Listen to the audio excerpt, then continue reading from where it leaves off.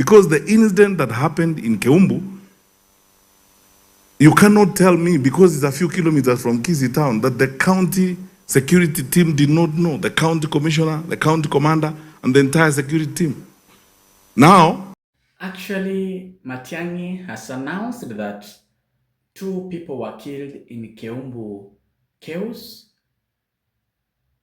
on Friday, 3rd of July.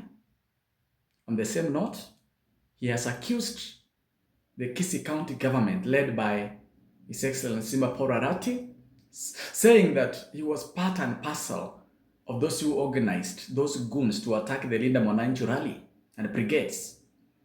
Matiang'i has told off Simba Arati that let him not start kujificha, kusema kwamba Linda Mwananchi ilikuwa na goons. You know, kulingana na Simba Arati alisema kwamba Linda Mwananchi ndio walikuwa na goons, wakaanza kupiga watu Keumbu. Hata hawakusimama Keumbu, for his information, kama hajui.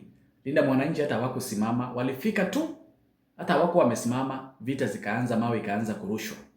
So Matiang'i has told Simba Arati to come slow, and he has accused him of being part and parcel of the goon organization that killed actually 2 people in Keumbu. Men have criticized, Kisii women said about it. Men have sent condolences. Team Linda Mwananchi sent their condolences, led by Cliff Gesairo, Barongo, and the rest.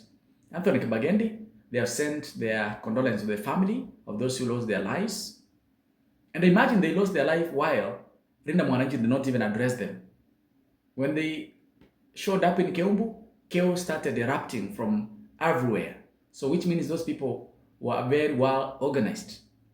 Zahil Chianda and Simba Arati organized for those goons, according to Matiang'i. And they also asked police to take course to do the necessary and let's know the organizers, because Matiang'i is saying these people have who is managing them, who is funding them, and who is giving them cash, according to Matiang'i. So basically, Matiang'i has criticized what Simba Arati said. Matiang'i alisema kwamba, na amekosoa ile jambo la Simba Arati, alisema kwamba ile grupu ya Linda Mwananchi ndio ilikuwa na goons, wakafika Keumbu wakaanza kupiga watu. Matiang'i amesema that is reckless sentiments, kiongozi hafai kutoa. Na pia amesema Simba Arati was among those people who were doing that same thing. Let's listen to Dr. Freddy Matiang'i. And please, niwaambia kesho nataka tufike 500. Kindly subscribe, please subscribe so that I can be giving you updates vile ambavyo zinaingia. Let's listen to Dr. Freddy Matiang'i. So, given that we are in charge, this is the right place to say what I'm about to say. You know, as ordinary people, or as wananchi and those of us who are the leaders in the opposition, the opportunity God has given us now is to speak to you candidly and very sincerely. That is the role we have. We may not be able to act and do certain things, but I think we have a moral and spiritual responsibility to speak to you very sincerely. Because if there is any waking nightmare I have in my life, it's that question that we read in the Bible, that God will always ask you questions about responsibilities He gave you, whether they're in your family, whether they're in the flock that you read, or whether they are amongst your friends, such as these brothers of mine here in the opposition. And the people of Kenya would like to say this very sincerely, and I'm speaking from church, I will speak from the bottom of my heart. We have a date with destiny as a people in this country. I said yesterday, and I want to repeat it again. I had the privilege of serving as the Minister for Security in Kenya for 5 years. And I understand the security sector in this country like the back of my hand. I can tell from what we are seeing that we are actually losing the country to anarchy and we are sliding to chaos. I mean, people may not admit this and so on, but I want to discharge that responsibility by saying this openly and sincerely to you. We are losing the country. We are sliding to chaos as a country. And our leaders, when we say these things, we say them completely sincerely, because we have a stake, all of us, whether you're in government or in the opposition, we have a stake in the country. When things go south, we will all suffer equally. It won't matter whether you're in government or you're in the opposition. When goons close the highway in the capital city of our country at 9 o'clock in the morning and rob people blatantly, like we saw the other day.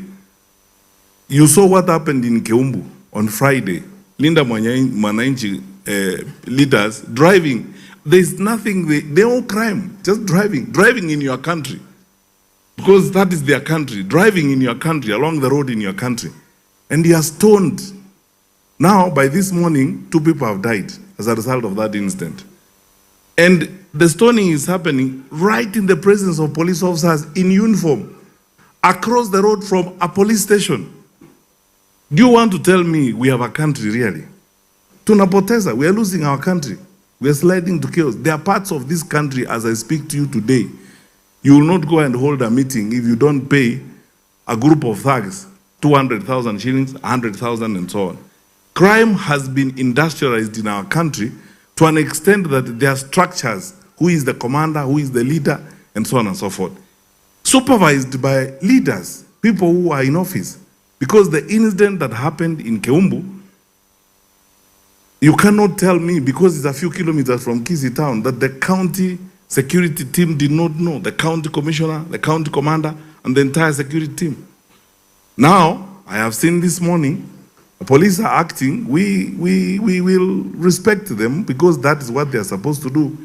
But what do we tell the families that have lost 2 children senselessly in that kind of manner?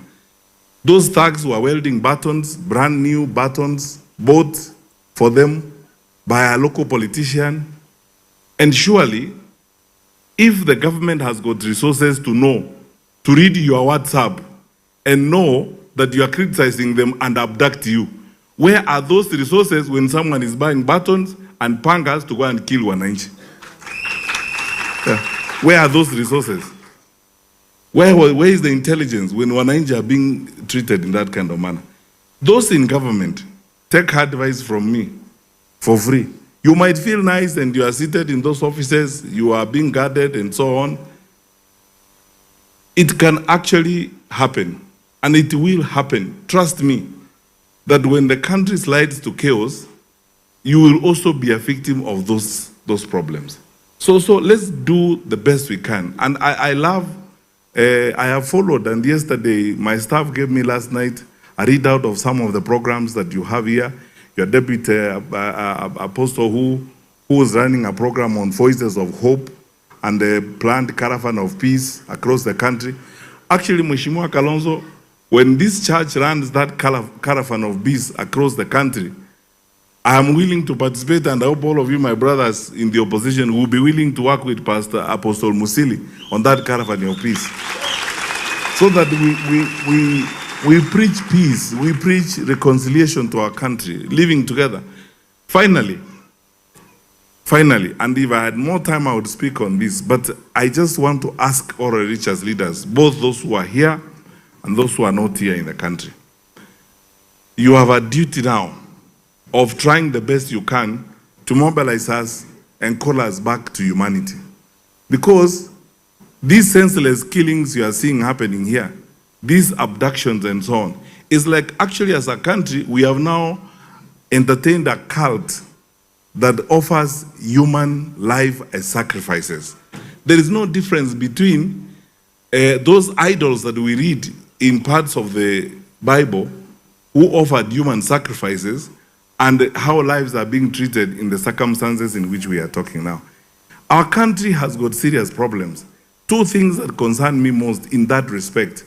How hate has become a weapon of political mobilization. Those of us here in the opposition, if we had time to tell you the wars that we go through and the treatment that we have been receiving, even from our fellow citizens who are in government. I was in Korea for a function last week with Kibiriti, where a public institution is ordered to actually deny services to a whole village for several hours, just because I was there and I'm a leader from the opposition. You know, when you get to that kind of situation, the country is sliding to chaos and many other things which we don't want to profile and bore you with this morning. I ask you, my brothers and sisters, one, let's pray for our country. and let's pull together. The God who created us wants us to be together. Let us be together, love one another. And sometimes I want to say this to you. Sometimes it ought not to matter whether you are in government or in the opposition. We are Kenyans first and anything else second. So that hatred and that pain with which sometimes we are treated, you know, the government has taken this habit. When you see the things they say, for example, about Kalonzo or something like that, that intense hate, it ought not to be there. Politics is not war, and then elections are not war, so that we must kill people, injure others, abduct others, so that we can survive. We can still live and operate in this society even after we have competed one with another, focusing as we must on developing this country for our children and our children's children. Lastly, I wish you all the best, Apostle. You are doing a fantastic job. We shouldn't take this for granted. This is not just building the country. This is going far out and very, very far away from just building the country to nourishing our souls,